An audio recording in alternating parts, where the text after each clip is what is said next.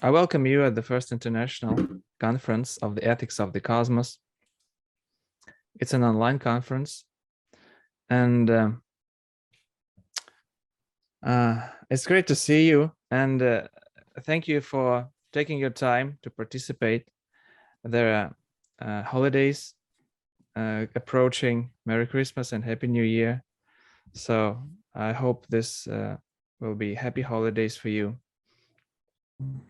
And I've prepared a speech, but right now I'm a little bit nervous and I'm not reading it. I'm just speaking out by memory. Well, what I wanted to say in the first place, before I play the video of Alexander Semyonov, the chief of the headquarters of the ethics of the cosmos, I wanted to say the following, that this event, here we can feel synergy building among us. Well, we are from different parts of the world, and our movement is to promote peaceful existence in outer space. And interestingly enough, how many of us, maybe all of us, I don't know, started this path with studying the UFO phenomenon. The UFO phenomenon, and Nancy, I watched your speech, and it was very impressive. Thank you. Maybe some context with extraterrestrials, we have experiences of this. Maybe some conscious experiences or near-death experiences. All these particular events tell us that we know just very little of ourselves and of the world around us. So when we found out that we are not alone in the universe on this path, and we were looking outwards from the surface of the earth into the cosmos, and it turned out that now we are looking inwards at ourselves. So this discovery of the fact that we are not alone in the universe eventually made us look at ourselves from the side and look at ourselves and think of who we really are and what is our purpose here and how this world works. What are the fundamental laws? Why it is why it is happening, what is happening around the world, and how to fix it. And that's why we are here to answer these questions and to find out the answers. And I believe, and I wish to you all, that we can build synergy among ourselves and project it on the whole humanity. Because according to the knowledge that we have here in Russia, the humanity is one single organism, and it is, even any subtle change is a big change on a big scale. So don't you think that you are a grain in the sand? No. Everyone, every little subtle change, every decision, it all influences all other people and the situation, and on a big scale. And our galactic neighbors are watching us, and of course, I think they're waiting for us to become more conscious, more ethical, so they can come to us peacefully and safe for themselves and for ourselves, and make contact and share their technologies, share their knowledge. Because in my opinion, if we put ourselves in their place and imagine that how we would look at a race on a planet like Earth, and wonder why these guys always fight, why do they kill each other? Maybe it's not the time to give our technologies and knowledge for them, because they would turn it into weapons instead of turning it into something good and something useful and peaceful. So maybe it's a pivotal time that we are here to share our knowledge that we have with others, to spread this knowledge, to make changes within ourselves and project it on all the others. So that was my short introductory word, and I would like to play you a video of Alexander Semyonov. He is the headquarters chief of the Ethics of the Cosmos, international social movement for the promotion of peaceful existence in outer space. And also, he is an honorary PhD. He's a professor of the Academy of Geopolitical Problems in Russia, and he is recognized as the, let's say, father of Russian ufology, because he was there when it all started in Russia. Since the very first day and up to this day. He knows everything, and personally all people that are looking into the UFO phenomenon and other anomalous phenomena. So with this being said, I would like to play you the video. And by the way, if you have questions, please write them down. We will have the time to answer these questions. Hello, my friends. Hello, Earthlings that seek for common good. I'm very glad that many young people take part in this online conference. Ladies and gentlemen, your whole life is before you, and I wish that this life would be normal, healthy, sane, and with a good understanding of what is happening around you. I am Alexander Semyonov, President of the Association Ecology of the Unknown from Russia, from Moscow.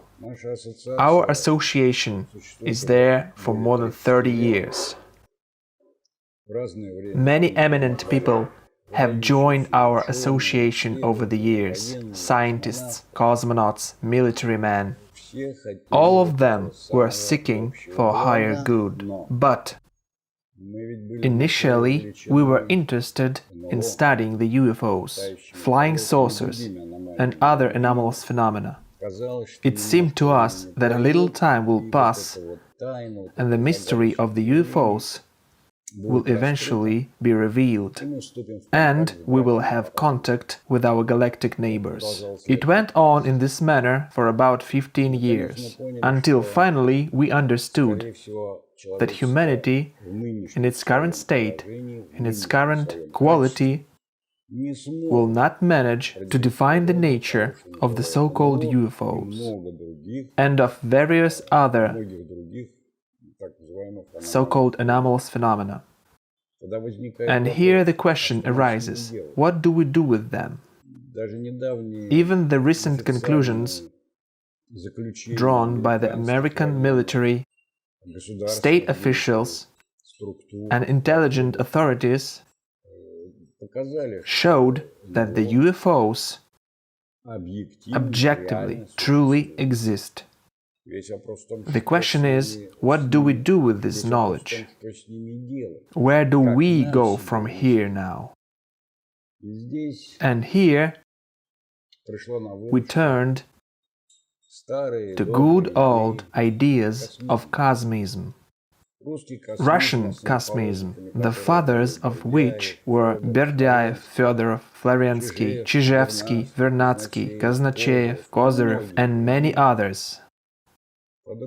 Russian Cosmism coherently and clearly describes the irresistible unity of the Earth and outer space, of people and the cosmos, of humanity and the universe, and gives a lot of advice on how to act in outer space. But we are used to resolve our issues by pressure, force, by the threat of force, economical, political, military force.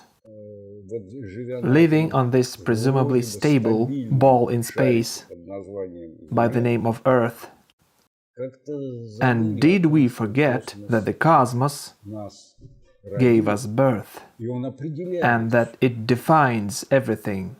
Cosmism tells you about the need to study the laws of the cosmos with the purpose of preserving the Earth and humanity, but not vice versa, to study Earth with the purpose of performing actions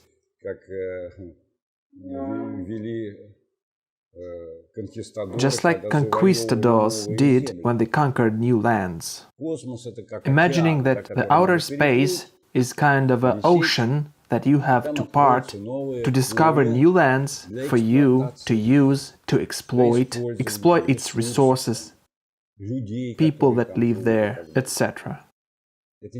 That's wrong. That's why in the Association Ecology of the Unknown, not too long ago, there emerged the idea of establishing an international social movement to promote the peaceful existence in outer space. The cosmos is structured so that it should be developed, there should be continuation and improvement of life, its open spaces should be settled with people. Interestingly enough, that the Russian word universe implies settlement, exploration, getting a new home, acquiring some new quality. Well, the process of formation, cognition, and transformation of humans' essence may take a long time. There is one urgent issue to be resolved right now. It calls to urgent actions. This issue has to do with the placement of weapons in outer space. Do we really have the right to place weapons in a space that does not belong to us, which does not obey us? It obeys the fundamental laws, the laws that we do not know fully yet. This idea of prevention of the placement of weapons in outer space was spoken about in 2017 by our dear friend, by Carol Rosin. Dear Carol, I hope that you are watching this right now. I hope that you speak your word at this conference. She brought to Russia the text of the treaty on the prevention of the placement of weapons in outer space to be signed at the governmental level, and I should say that this treaty gave a good momentum to Russian officials who began to take titanic efforts, including the Ministry of Foreign Affairs of the Russian Federation, efforts on the promotion of a treaty, of a law on the non-placement of weapons in outer space first. A number of countries actively supported it. A number of countries agreed to it, so they made some statements, but didn't sign it. And some countries, including the USA, up to this day, do not really like this idea. Whereas the placement of any kinds of weapons in outer space, nuclear, laser, kinetic, it doesn't matter, any kinds of weapons, would instantly initiate the processes of destruction, distortion, and maybe even death of not only planet Earth, but of the whole solar system. We cannot allow the placement of weapons in outer space. And I call you, especially the young people, from the ethics of the cosmos, that's how we named our organization, our social movement, to influence by any means you have those people in your countries who take decisions, your rulers, your authorities, possibly able to support this initiative on the prevention of the placement of weapons in outer space. Let's live on. If we manage to save ourselves, then, as wise men said, the one who saved himself would save thousands around him. Good luck to you, people who seek the higher good. Thank you. Could you hear anything?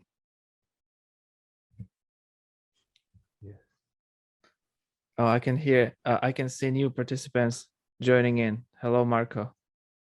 Hello. Hello to you all. Do you hear me? I don't know. Yes, we can hear Yes. you. Now I would like to play one more video by Carol Rosin. Let's see. To those who just joined in, before I said that Carol Rosin was about to participate, but she had to go for an emergency dental surgery. But she not knew that in advance, so she recorded her speech.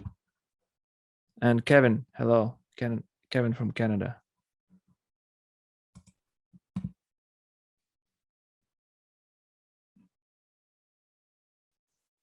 Thank you, Timofey, and thank you, Alex, too, for organizing this Zoom call. This is one of the most important calls I think I've ever been on in my whole 77, almost 78 years of being alive, because of the timing, because of what we're capable of doing. And I want to thank the participants for coming into this Ethics of the Cosmos project that started out for me with the Association Ecology of the Unknown. And right now, we have come to the point where in history we have just a little short time when we can actually accomplish what I came here to do. As I've been working on this issue since the days of Wernher von Braun, the father of rocketry, when I met him in 1974, I've been working full-time day and night to try to prevent the placement of the weapons in outer space that are being planned for deployment now. So we don't really have much time. And we have a little bit of a to-do list that, thanks to the Ethics of the Cosmos project, it's possible now for us to connect to our friends, what we would in marketing call the warm market, the people that we know who perhaps can make a difference in causing a pivot in the course of history. So one of the first things I want to say is something that I would imagine all of the people, if not part of you, know that we are not alone in this universe or in the universes. We are not. And it is obvious to me, at least, that none of the ETs are hostile. I learned this from Wernher von Braun, again, the father of rocketry in the US, as he's known to be. And I was able to give his speeches for 3.5 years. So they were translated into my left ear, transmitted into my left ear without a telephone. So I started learning at an early age in 74 that the most amazing things that might seem to be fiction are in fact not. And now we have the high technology that von Braun used to send rockets to the moon available to us to either destroy more life, cause more suffering and destruction, or to go into the path that I know that everybody on this call wants to see happen. So what I see now is that we have a chance, not only because we're not alone, but because of the urgency and because we're now experiencing how so many people can be lied to and yet believe the lies, dominated and controlled. Look what's happening with this COVID virus thing and the many, many viruses that have always been out there and that we've experienced, the flus, viruses, and now suddenly we're in part of the masquerade and we are part of the lie if we're believing that we're protected by these experimental injections. Well, weapons too, in a way, are experiments, except that what's been perfected is how to kill, how to murder, when it's legal and when it's not to kill. And we see this spread down to the children. We see it in the videos, and we watch television and the news. And this is a sickness. It's toxic. It's more of a pollution than what's already in the atmosphere, in our food, in the oceans, in the air. It's time that we stop this. But we can't just call for it. No God or ET, no technology is just going to jump in and save us. It's just not going to happen. We've been meditating for an awful long time, and we still see things getting worse and worse. So what I see is that we're being dominated and controlled right now, and it's fear-based and it's money-based. All over the world, people are suffering. There are almost 400 million orphans right now. We've been at war for a couple hundred years. It's time to just stop this. And I'm really sick of hearing the scare tactics, and they're not true to begin with. The ETs are not hostile. And by the way, if you go to my website, please do, peaceinspace.com. At the bottom of the introduction page is my partner website link to, thank you, Association Ecology of the Unknown. These two websites will give you the facts better than I think any others that are out there about this issue. Please do that, because you're going to learn about the ETs. You're going to find out a lot of information on mine. In the news section, you're going to see major people, high-level people calling for this treaty, calling for it, that Russia and China actually introduced. But of course, we have to think of them as the enemy. And by the way, they're not. I've been to Russia over 30 times. I don't say this lightly. I've met with very high-level people. And I've done this work all these years to really show that we're all people, we're all friends. It's not the enemy thing that we keep hearing about. And the ETs are not either. And I will admit to you that yes, I've been visited. Yes, I've been on a craft. Oh my God, I've hidden this story too for so many years. And the fact of the matter is, I've been told that the ETs have displayed what they can do. We can do it too. We just have to make the decision and get into that level of consciousness. And with that, I should be blind right now. I had a stroke just months ago, and I was told I have permanent brain damage. I will be blind for the rest of my life. And I used what the ETs taught me. I used what Wernher von Braun taught me. I used what the Russians have taught me, Russia, where I left my heart, because the heart of this issue is where I found the intelligent life among the people in Russia first, who informed me, just like the ETs have said. They've displayed what we can do. Putin has announced that they're ready to sign this treaty. They're waiting for the US. This is where I'm going to make a correction here that I hope you will help me with, to encourage President Putin, who is the one, as far as I can see, having traveled around the world on this issue, who could gather the world leaders. He knows how to do this.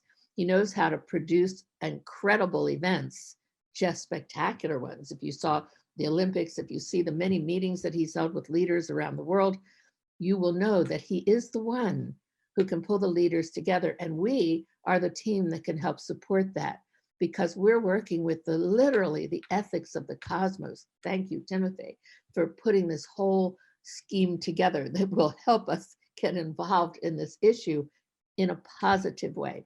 So I think now is the time that we have to make the decisions. We don't have more time. And I don't mean time like in a week or a month. I mean today, when you hear this panel, when each of you introduce yourselves and we all get to know each other, which is really going to be fun, because we are a family in the Ethics of the Cosmos project. And the Academy of the Geopolitical Problems is tied in with, they're associated with the Association Ecology of the Unknown, which has a lot of military, defense, scientists, people from all issues of concern are in these groups in Russia.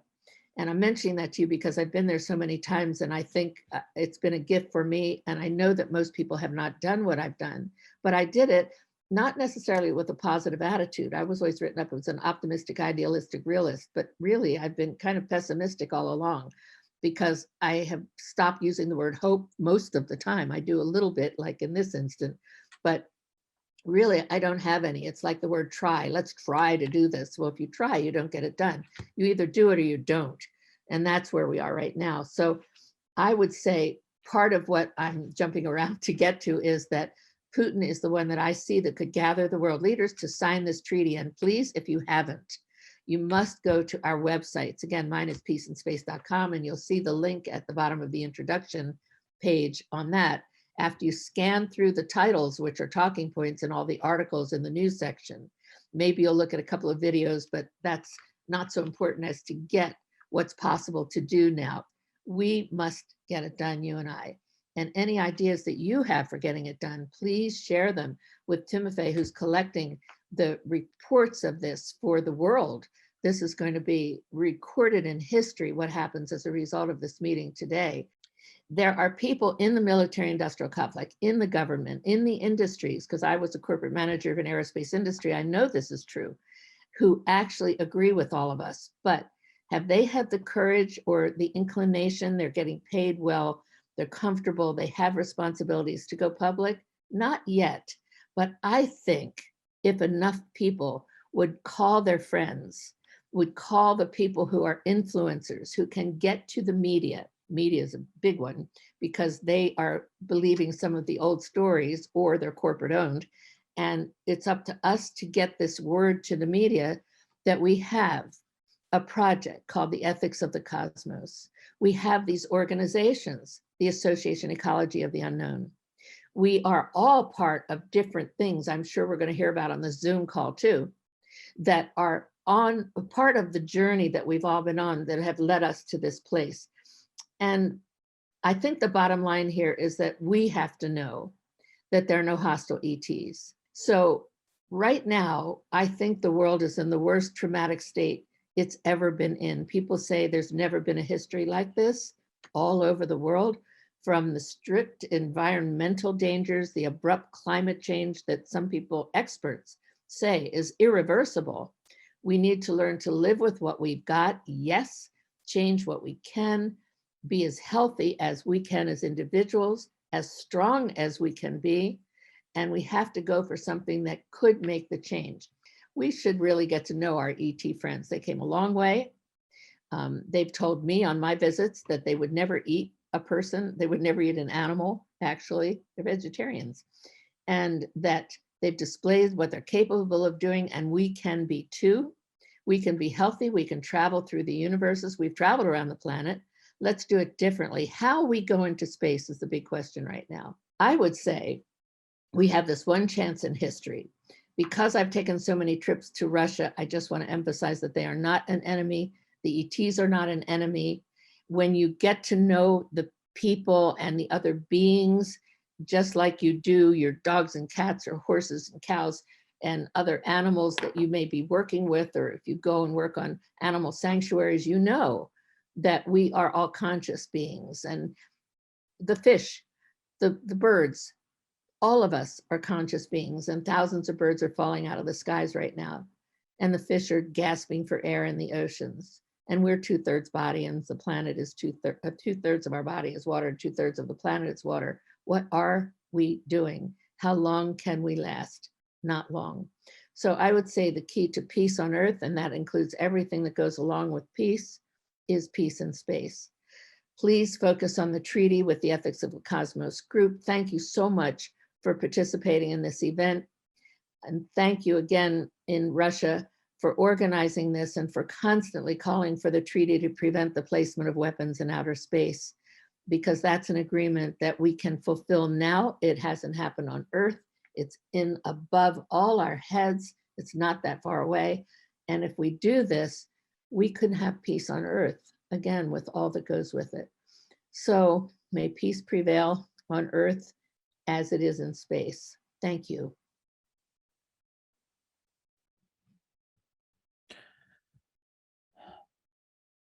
So Carol also wanted all of you to know that there is a website of Russian President Putin, and she asked me to send you the link.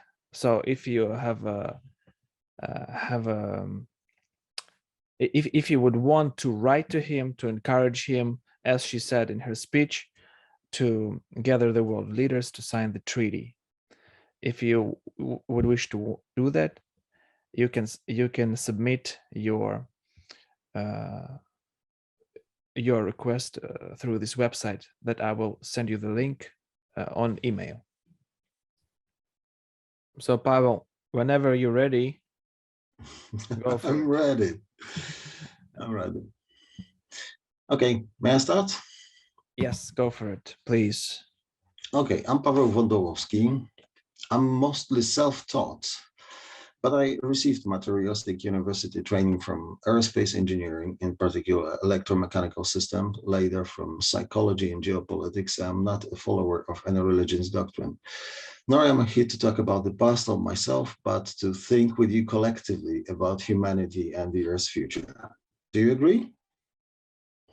Sure. Instead of acknowledge my intention is to think, that is predict with you for the next couple of minutes. Let me quote one of the rocket science pioneer, Hermann Oberth. Our educational system is like an automobile which has strong red lights, brightly illuminating the past, but looking forward into the future, things are barely discernible. Education that focuses on the past while assuming that achieving something is impossible is nothing else but indoctrination. In other words, any theory according to which something cannot be done is dogmatic and untrue.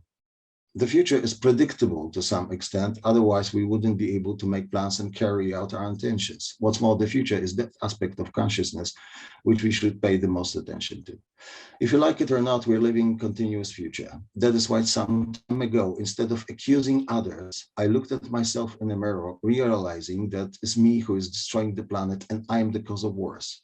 And I want to be clear, there's no doubt that climate catastrophe in the planetary scale is the result of carbon dioxide emissions into the atmosphere by humans. Being a human, it's me who uses technologies powered by burning fossil fuels and splitting the atoms.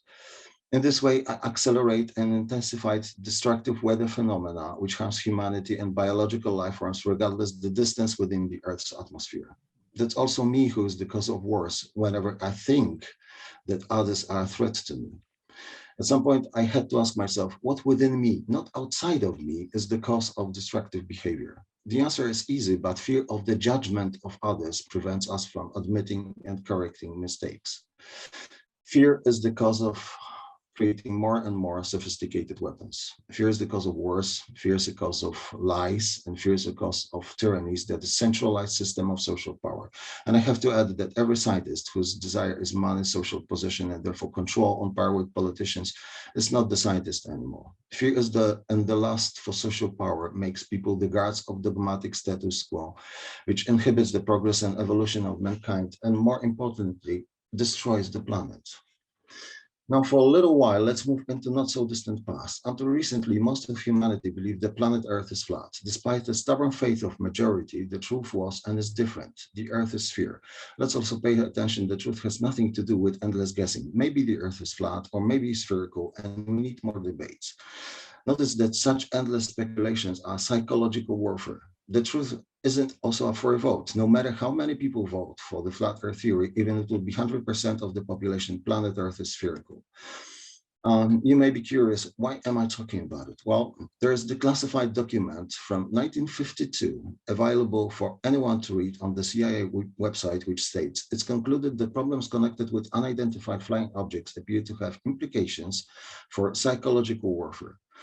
Right now, in public debates, psychological, that is thoughts warfare about UFOs or UAPs, as you will, is no different than war caused by the believers in flat Earth theory in the past. Currently, believers in theory that humanity is the only civilization in the universe attack those who know there are numerous civilizations which have at their disposal communication and transportation technologies that allow them to reach the Earth from outside of the solar system.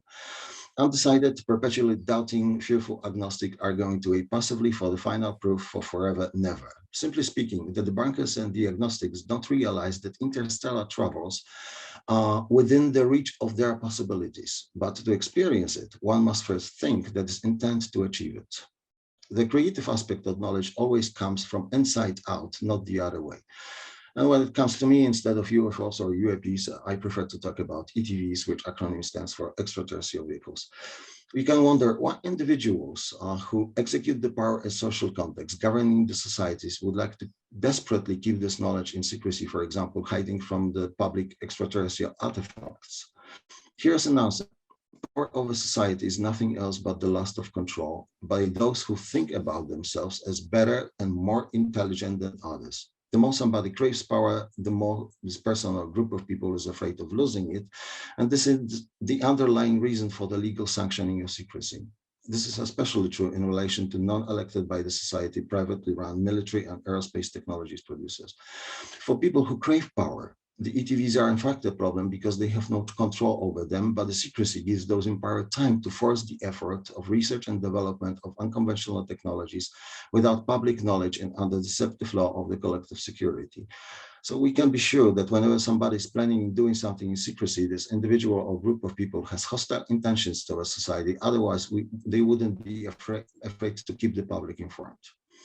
Let's pay attention that laws made by any government on earth can be executed only when people in power are able to limit somebody's freedom, forcing silence and put on trial with the active as also passive participation of the obedient society, using even the most sophisticated but still conventional technologies like military airplanes and rockets. Any human being is not able to shoot ETVs down, neither to imprison those who operate them. Summing up, neither human-made laws nor the use of force does not affect ETs, at least with the use of so-called normal technologies. What's more, the laws of physics, which are taught in all spectrum of schools and universities, do not explain how those vehicles function. Therefore, keeping in secrecy a creative, scientifically technological progress from the academics and people in general who abide limited dogmatic laws is almost effortless, because in their minds it's impossible.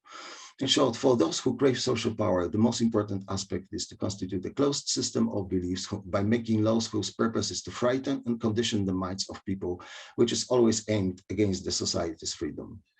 Putting it differently, people who let themselves be persuaded that something is impossible to do are not free, but programmed life forms. And when it comes to laws, well, every three-finger knows there's never been one that hasn't been broken. And here's an extremely important remark, and I want to emphasize it enough. Without complete amnesty for those who have been withholding the evolution of mankind by forcing the secrecy, there is no way for humanity to live peacefully in the future. In any other case, governed, that is controlled society at own request by demanding elections, thus allowing others decide about its life, as also insisting on privacy, meaning secrecy for itself, would become freedom restricting oppressor, no different than the government. And as a side note, one can only blame itself, accepting human-made laws as the ultimate interpretation of the universe, as also believing that mankind is the only technologically advanced civilization in the cosmos. Now we should realize that there is a difference between knowing that ETVs exist and operate in the Earth's atmosphere and understanding how these technologies work.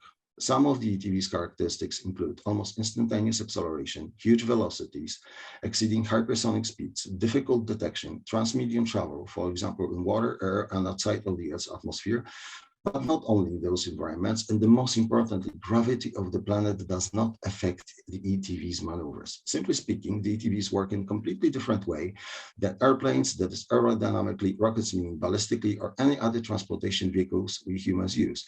But the key aspect of the ETV's movements is the maneuvers which those vehicles perform require immense and continuous access to energy.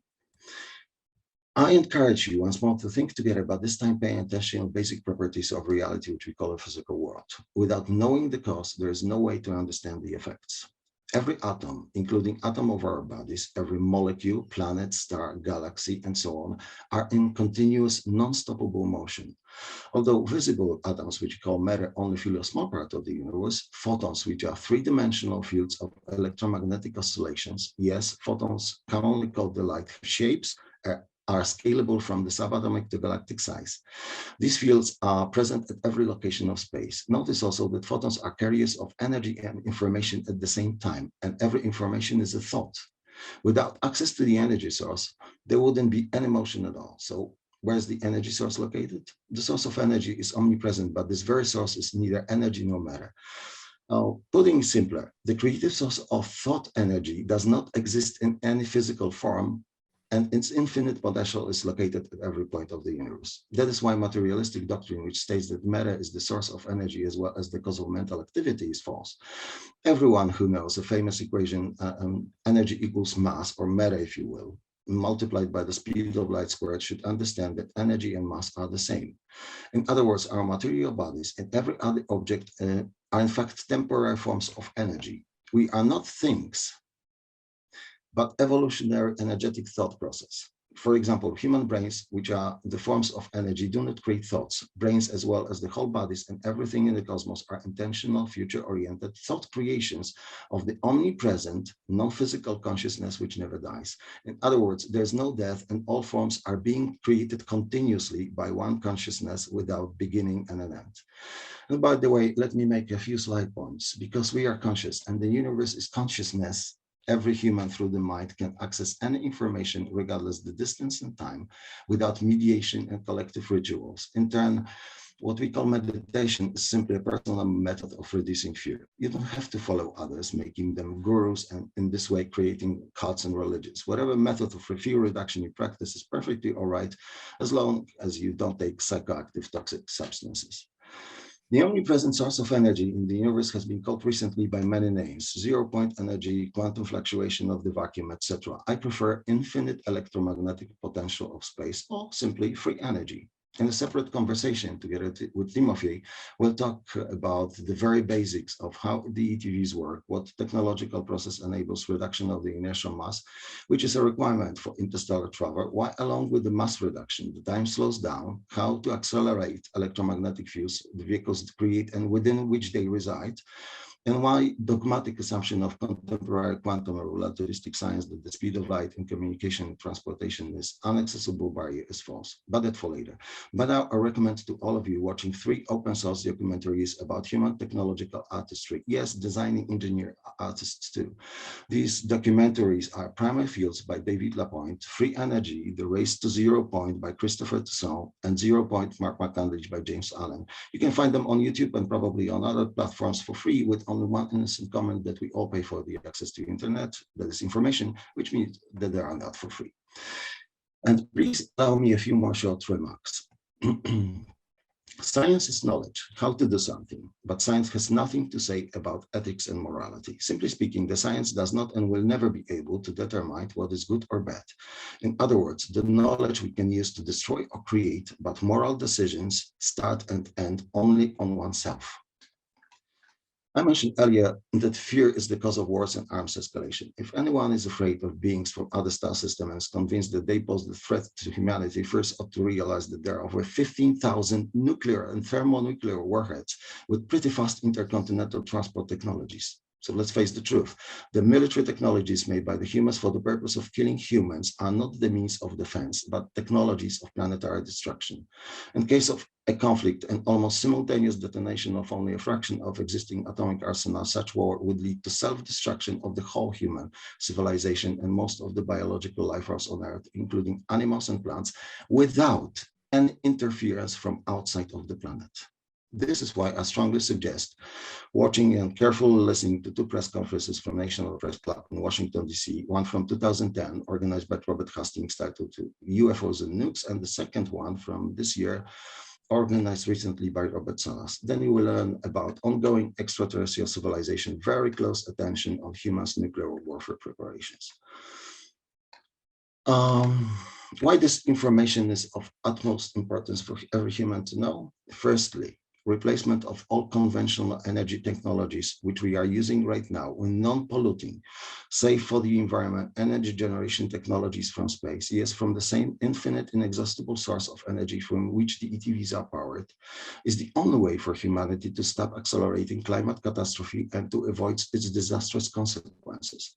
I repeat it once more: implementation of the energy generation technologies from space for peaceful purposes only and in a planetary scale is not the best way, or one of the many methods, but the only way for humanity to survive. These man-made technologies already exist, but knowledge about them is not disseminated.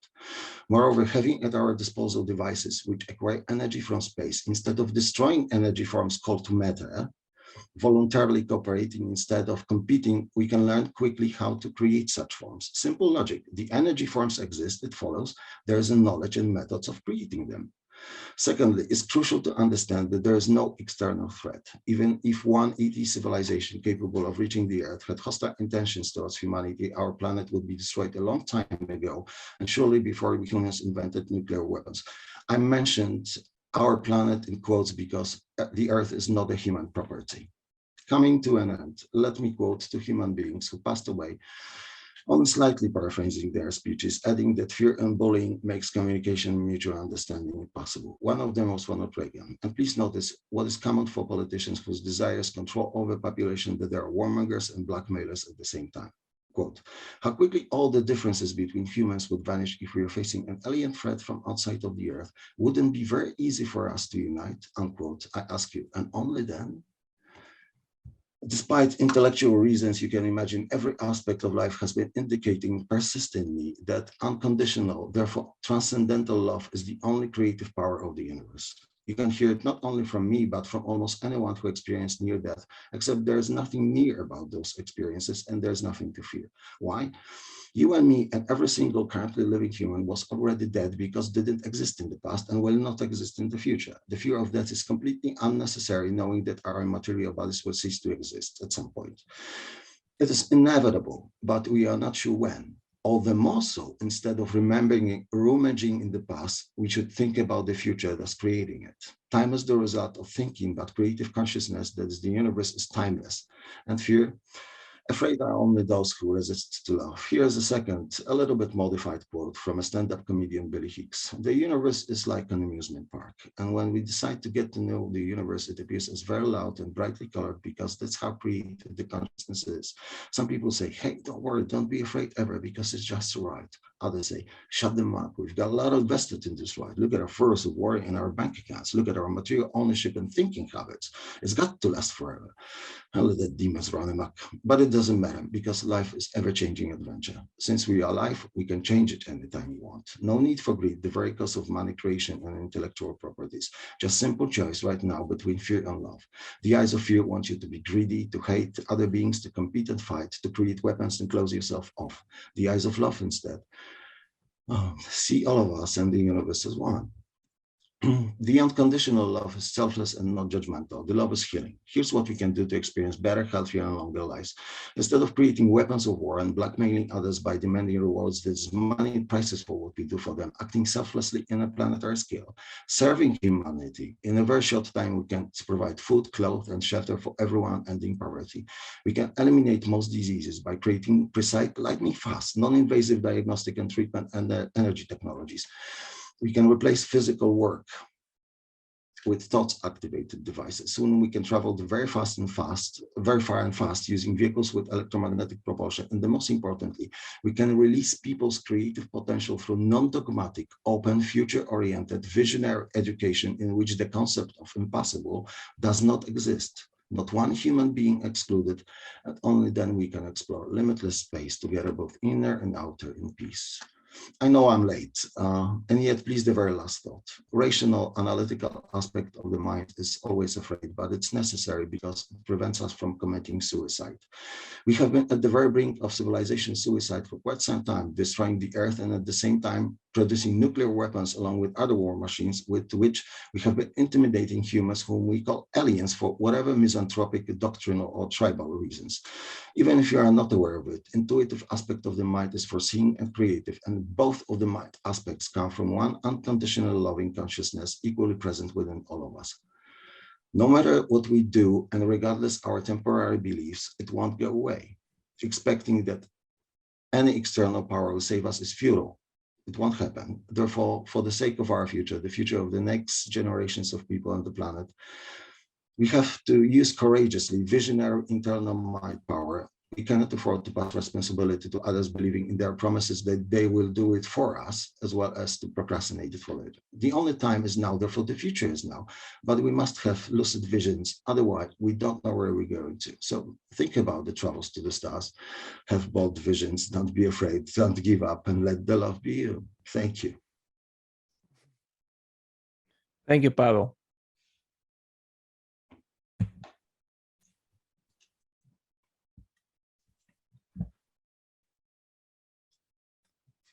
Okay, guys, any thoughts? Okay, yeah, Pavlos, go ahead. First of all, I would like to say that was a very encouraging speech, very hopeful, and if there is a transcript of that speech, I would like to send it to us, because at some points the pace was very fast and I wasn't able to keep up with the speech. So since there was so much information, I would like to have it processed on my own time by reading it, if that's possible, of course. Thank you. Okay, I will do it with pleasure, and I will send you, Timofey, the final text once more without any other corrections. Okay, that's exactly what I said. Thank you very much. Sure, we'll send it. And as Kevin requested in chat,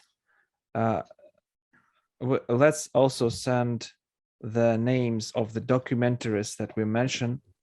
Maybe we should do it by email, by answering the question, the letter when all our addresses are.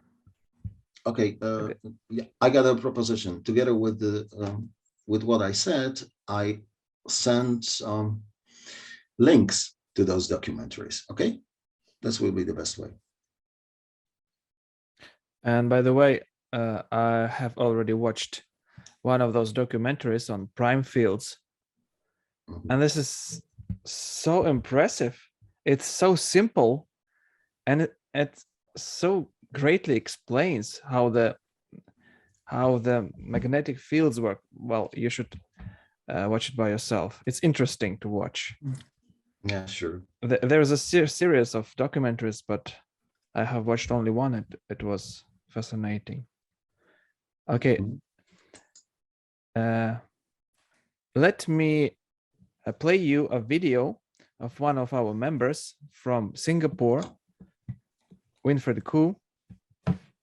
He will introduce himself in the video. And he's here, but he's silent now because it's already night where he is. Greetings from Southeast Asia. I'm very glad to be invited to this timely conference. It is past 1 a.m. here in Singapore. I've chosen to introduce myself via recording and join you silently so as not to disturb my family and neighbors. I am Winfred Khoo. When Timothy asked to introduce myself and say a few words, I wasn't sure what to say. All I know is that I'm skeptical, but curious.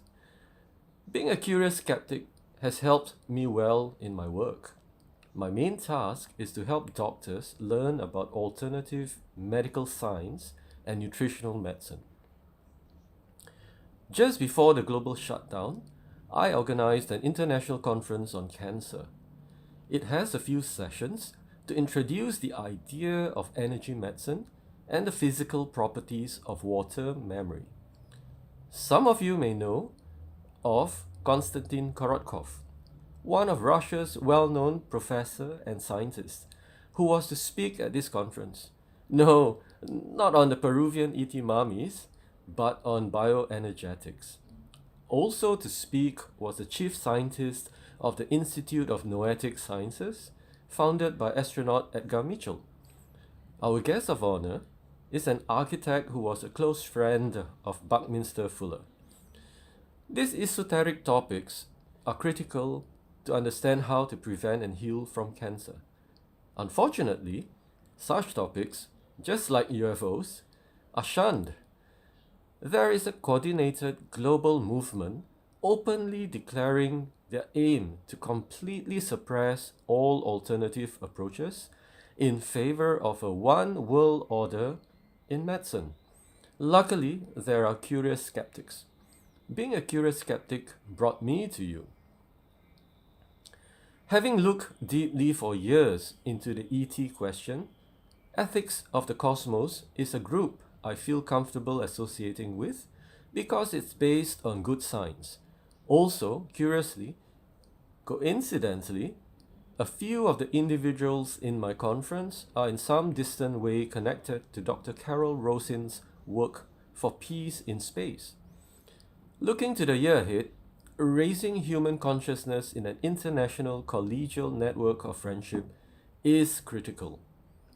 In the 1980s, Buckminster Fuller, or Bucky as he likes to be called, warned that humanity has until the year 2000 to act collectively for our continued successful evolution on Earth. He was wrong. Fortunately for us, here we are, still on Earth? Barely. Did we do something right to gain 20 more years? A war of all against all was staved off. If this war happens, surely human civilizations on Earth will end. Will we then be turned into slaves, brain-machine interfaced by an inhumane technocratic global tyranny? In the past, gifted individuals like Baki and Vladimir Vernadsky, a cosmist known for his concept of the noosphere, shone light on the right path for us to travel free of this tyranny. Baki traveled spaceship Earth, intensely seeking cooperation and meeting like-minded doers. It was his close friendship with my friend in Penang, Malaysia, which left a thought imprint in me. It is this thought imprint, transferred through many friendly conversations, that connects me through time and space to meet with you today. Friendships and such conversations between common people are important. It is the glue that binds us for the human journey on Earth and into outer space. It can give rise to projects like the Biosphere 2. John Allen, the creator of Biosphere 2, gave credit to these two thinkers. He said, Vernadsky plus Buckminster Fuller led to his conception of the Biosphere 2 project. The world needs more of such catalyzing projects for human coevolution on Earth and into outer space. Earth is Biosphere number 1. Ethics of the cosmos can be such a catalyst. The proposed production industrial complex in near-Earth space is one such laudable initiative. In the next 12 months, I will help more people around me to understand the urgent need for peaceful evolution, to explain that the fear of death and waging wars is illogical, that we as humans are more than just biological machines, and that other intelligent beings in the universe want us to succeed. They are our friends, not foes. Geopolitics. In quoting Mackinder's 1903 pioneering work, Baki predicts a social movement spontaneously arising, dedicated to peace and design science revolution, not more wars of destruction, divide, and control. This shall arise from the core of the one world island.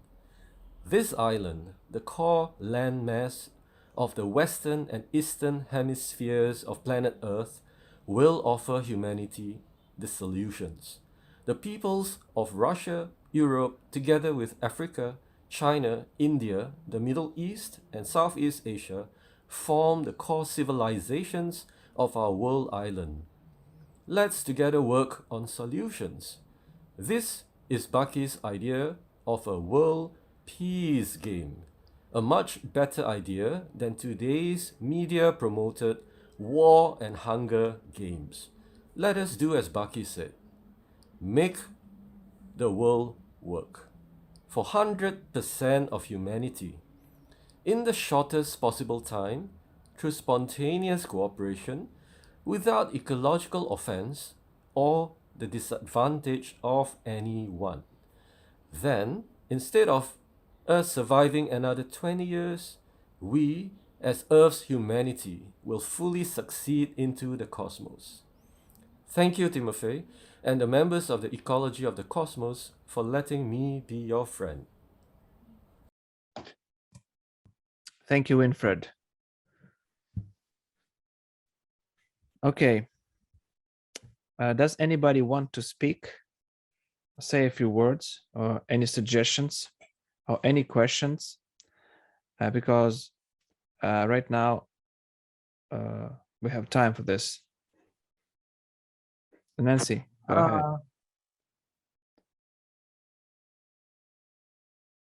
Okay, Pavlos, let's Nancy go ahead. First of all, I want to apologize for my camera. I don't know what's wrong with it. But I know I'm all fuzzy, but I want to say thank you and that I'm honored to be here. And I wanted to introduce myself and tell you how I got here. My name is Nancy Tremaine. I live in Michigan in the United States. And I'm here today because of Dr. Carol Rosin, who was the spokesperson for the late Dr. Wernher von Braun. Without him, we would have never gotten to the moon. I was so impressed with Carol's speech, the last card, and how America was going to use the alien threat as the excuse to weaponize space. You know, I get the feeling that they want to weaponize space and put a flag on it, just like they did the moon, and claim it for themselves. Carol is the most powerful speaker I'd ever heard. And I reached out to her telling her that she was my idol and I wanted to follow in her footsteps. So for the past 3 years, she's been like a sister to me. She has been my mentor and my friend, and she led me to the ethics of the cosmos and peace in space. And it's only been the last 10 years that I've been sharing my experiences and messages and the high strangeness that surrounds me every day. I've been an experiencer since I was 2 or 3 years old.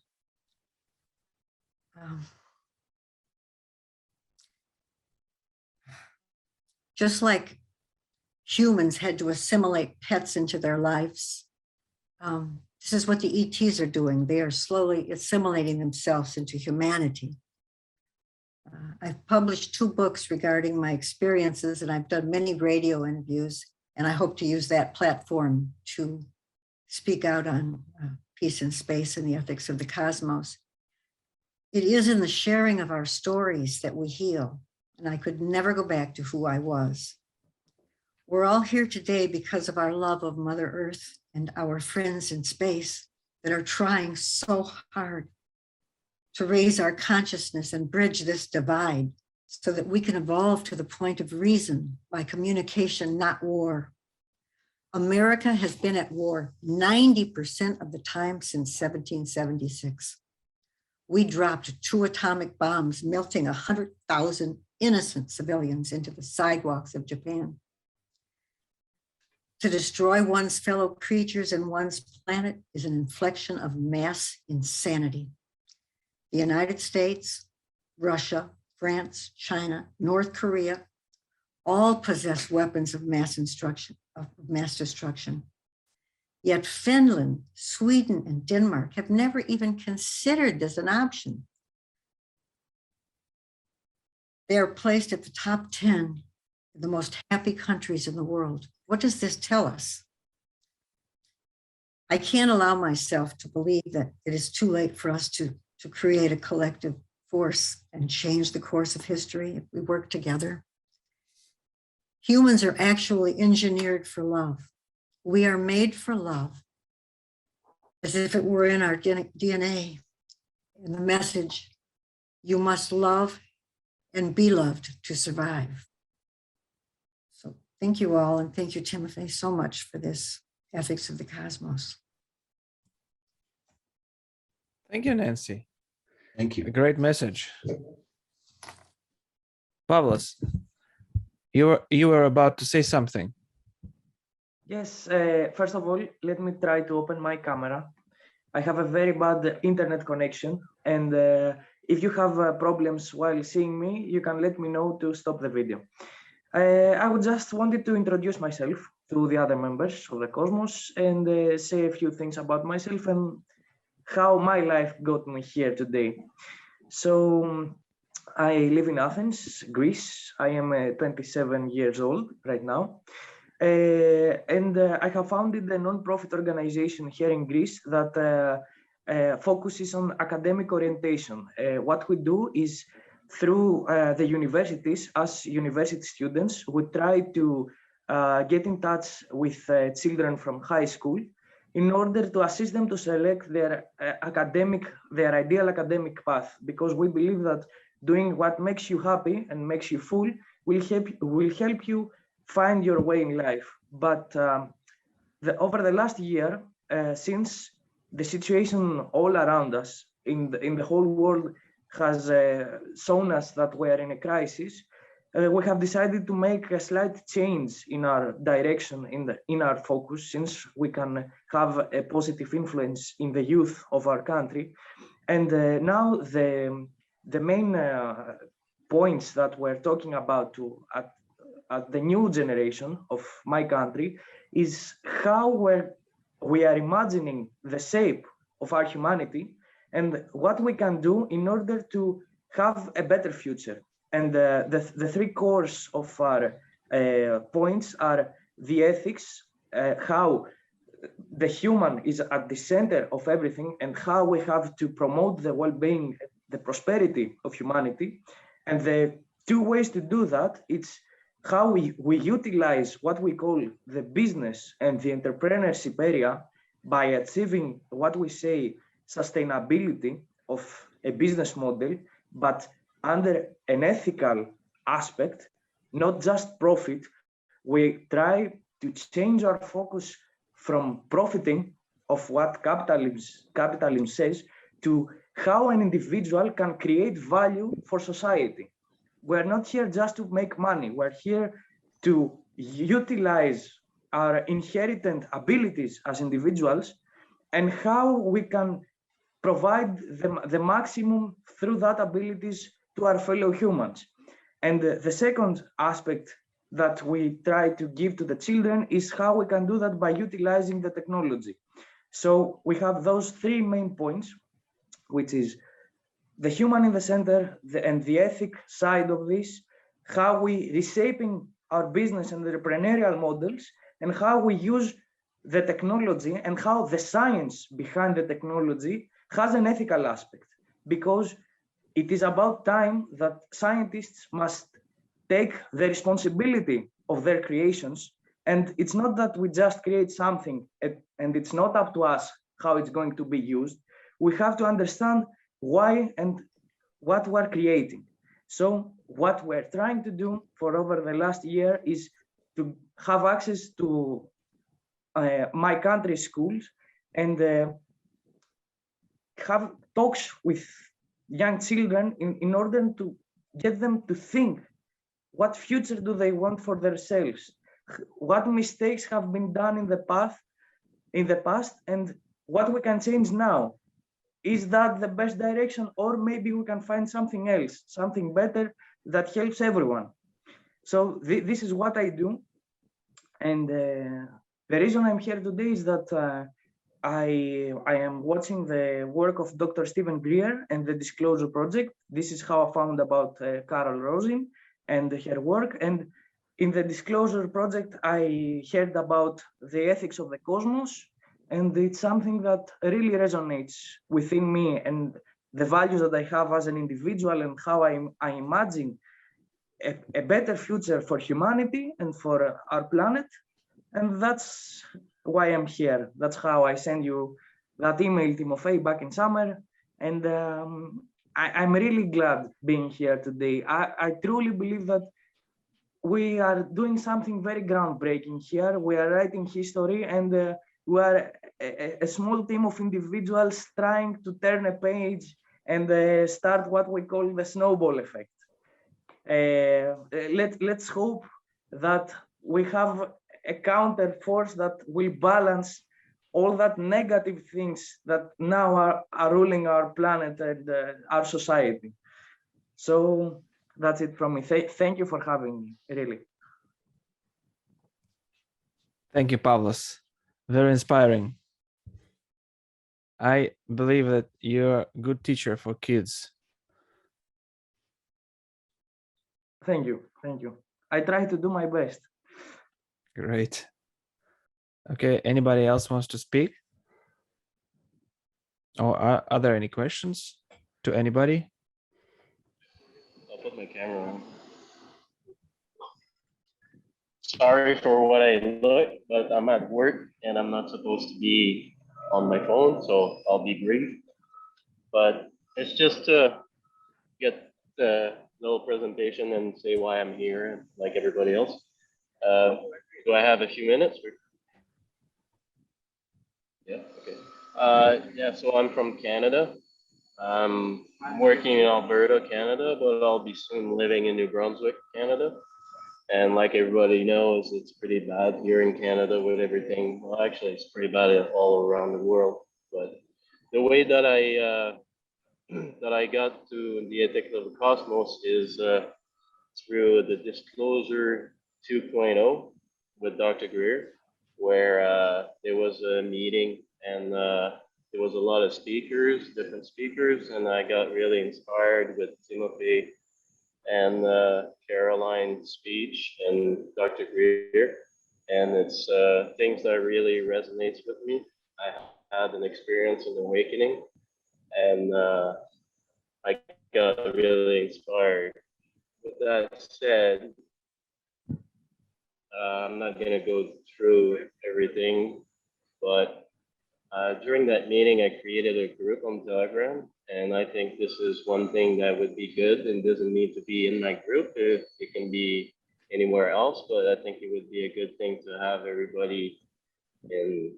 Maybe it's a kind of group where we can share ideas and share thoughts. And just from the couple presentation that was before me, I can see there's very smart people and very reasons why we're all together today and in the future. I think this is going to be something really important for the future. Maybe I'll send Timothy a little more information, maybe send the information for the group that I'm talking about, and maybe we can figure out a way to get everybody into in some kind of chat room or something that we can communicate. So that's all I have to say for now. Thank you. Thank you, Kevin. Thank you for sharing about yourself. I'm so glad to see everybody's face. Timofey, I just wanted to say hello to everyone, if that's okay. Sure, go ahead. I'm Rebecca Hardcastle Wright, and I'm just so honored to be here. I'm the founder of the Institute for Exoconsciousness. We believe that exoconsciousness is an innate human ability to connect, communicate, and importantly, co-create with extraterrestrials and multidimensionals. We hold to the knowledge that we humans possess a multidimensional mind with which we go out into the universe and the cosmos and communicate with beings. Like Nancy, I'm a childhood experiencer also.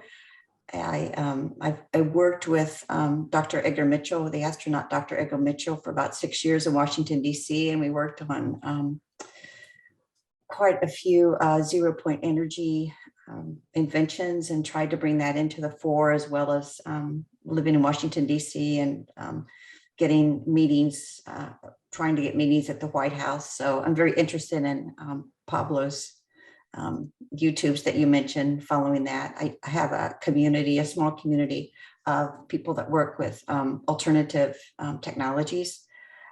About, I don't know, 5 or 6 years ago, I wrote a book called How Exoconscious Humans Guide Our Spacefaring Future. And I was thinking a lot about all of the topics that we've discussed here today in terms of the colonization, the monetization, the weaponization of space. I've been friends with Carol for years, and I'm really interested in historically who and what made the decision to say that natural human consciousness can't go into space, that we have to be a cyborg to go into space. So I'm going to sort of poke around at that question a little bit. I just finished a book called Exoconscious Humans, Will Free Will Survive in an Increasingly Non-Human World, where I analyzed about 7 different points contrasting an exoconscious human with a transhuman. And I'm very, very interested in how we use technology as a tool, not as an occupation of humanity. So I'm very, very interested in that. But thank you for inviting me. I agree with Kevin, I believe, Kevin, who was last. I was wondering if there's a hashtag that we could use when we make posts. That might be a way. Also, do you have a hashtag, Timofey, for your Hashtag in you know, Twitter. hashtags like on Facebook and Instagram and In Twitter, it's ethics movement. Ethics Ethics- movement. okay. And it's also for the ecology, for the association ecology of the unknown. It's a ecology unknown. Okay. I'd also like to read more about the what Alexander was talking about the Russian history in terms of the Cosmism, I guess. I'm not sure if I'm saying that correctly. Russian Cosmism.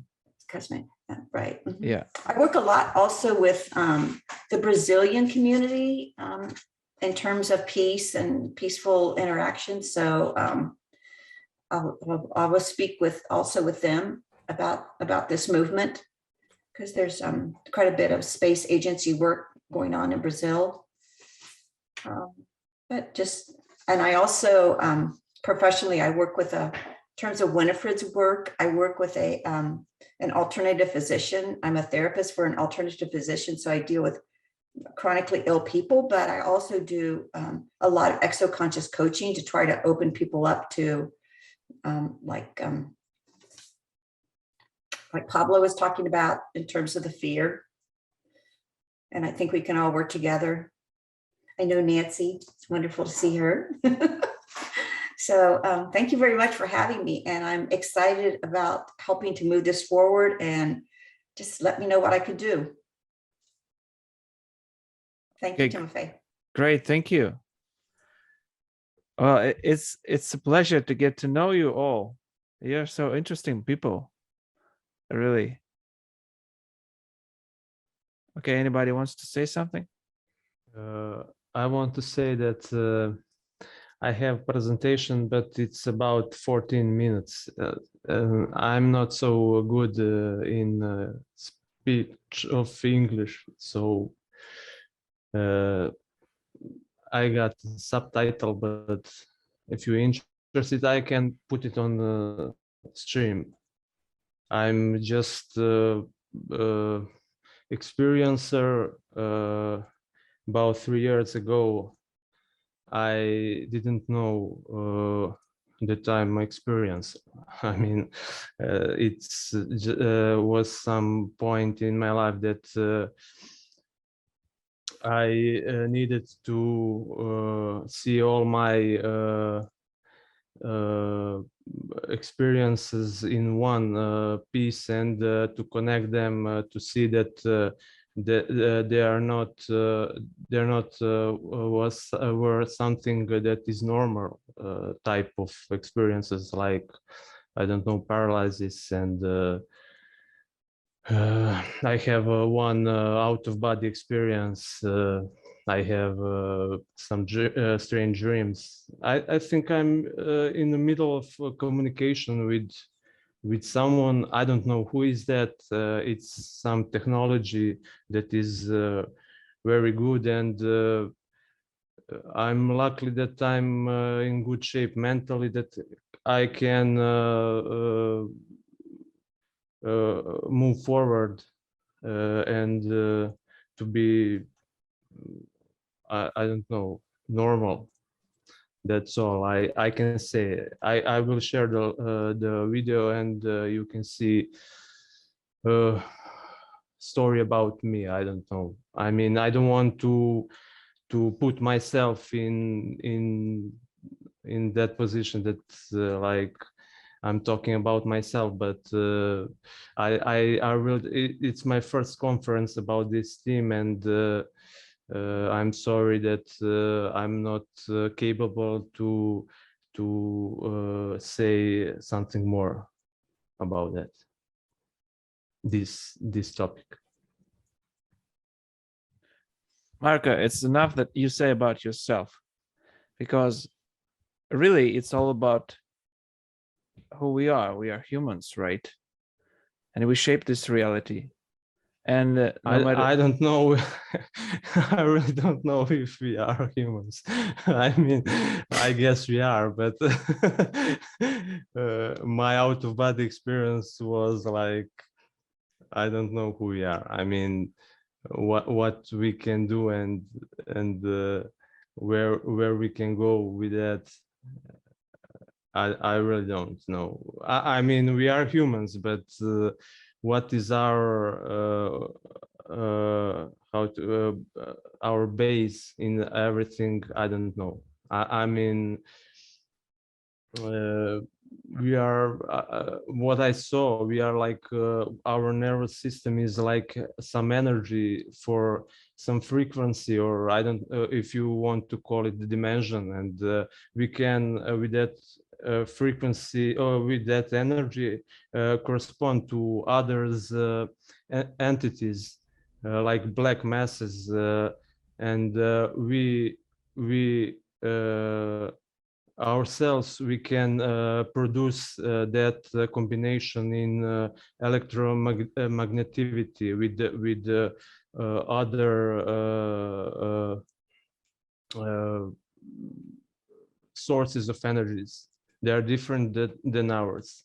So that is my out of body experience, and I don't know what is how to say base of that of that stage. So who can do that? Who has technology for that? I can say. I'm just trying to see what is it and to find out. And I'm glad to be in this group, and I hope that I can provide some good stuff to you, to all of you. So that's what I have to say. Okay, thank you. And I saw Pedro was raising hand. Pedro, are you there? Pedro from Portugal, from Anchique, Atlantic Ocean. I'm saying this with a smile because right now in Moscow it's minus 12 Celsius, and it's snowing. And Atlantic Ocean sounds like a good thing. I'm seeing that he's trying to connect. Oh, there's a problem with sound. Okay.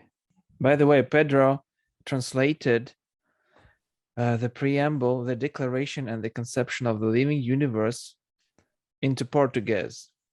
So, if you have anybody who does not know English but knows Portuguese, we have these documents in Portuguese. Thanks for Pedro. That would be good to share with the Brazilian community as they speak Portuguese. Yeah, sure. Then I will send this. If you send it to me, I'll get it on. Yes. We also have a declaration of human rights, for a declaration for exoconscious human rights that we put together. So I'll share that with you also. Yes, please do it.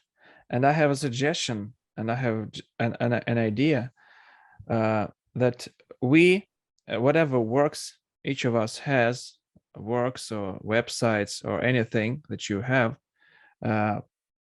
please send it to me, because we are about to make at our website of the Ethics of the Cosmos, for each member of the Ethics of the Cosmos, his extended bio, so you can click there and see his works, the links to his website and other things. So when people go to our website, they can see and read and get familiar with the works of people and have a clue of who is who. So if you have any books or something like this, please send it. Yes, Pedro is writing that he has a problem with sound. Well, that's not a problem. That is our first conference. And I think if there are no more questions or no more ideas or suggestions, then we can close it and end it. And I'd like to say a few words more for the closure of the conference. I'm also the trainer of cosmonauts at the Gagarin Cosmonauts Training Center in Russia. I train cosmonauts and astronauts that go to space on our spaceship Soyuz to the ISS.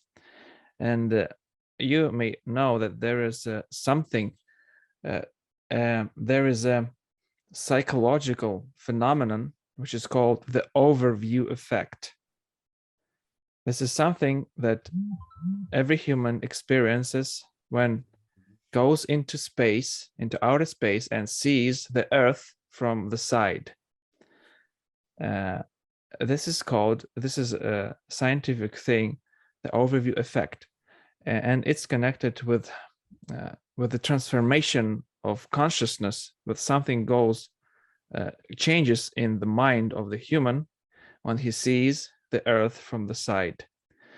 And at this moment, and I heard it myself from astronauts and cosmonauts as they were interviewed after the flight, that the greatest impression of going into outer space is the observation of the Earth and the universe, especially when you go spacewalking in a spacewalking suit, and you see the black, deep, infinite universe before your eyes.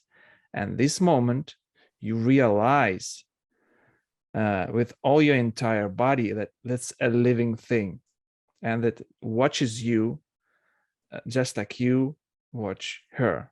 Or so this is, and the same is when you look at the Earth. So I guess this is something that we, all of us, should train, this exercise of looking at yourself from the side,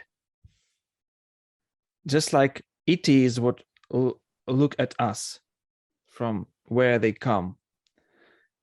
And I think that's one of the ways to get along and to start to cooperate at last, and to erase these borders in our minds. Of course, we have borders between states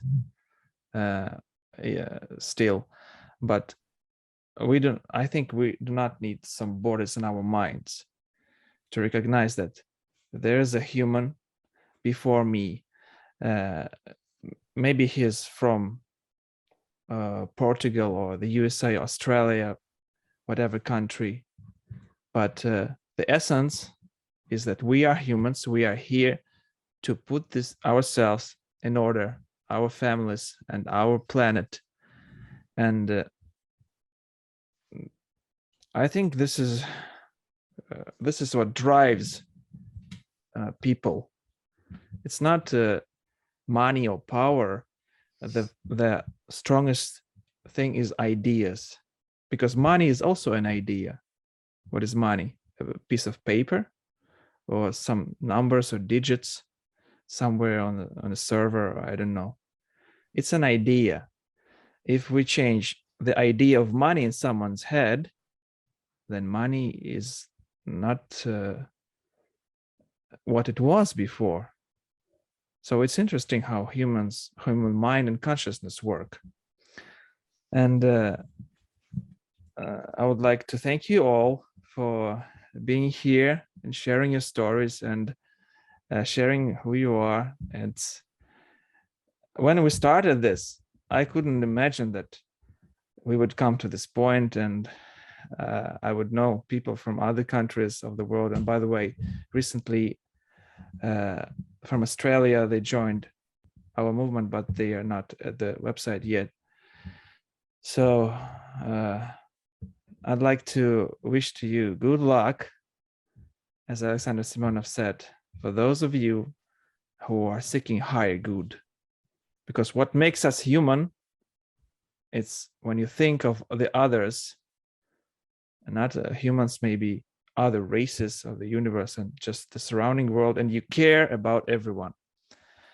So thank you, and Happy New Year and Merry Christmas to you all. Thanks a lot. Thank you.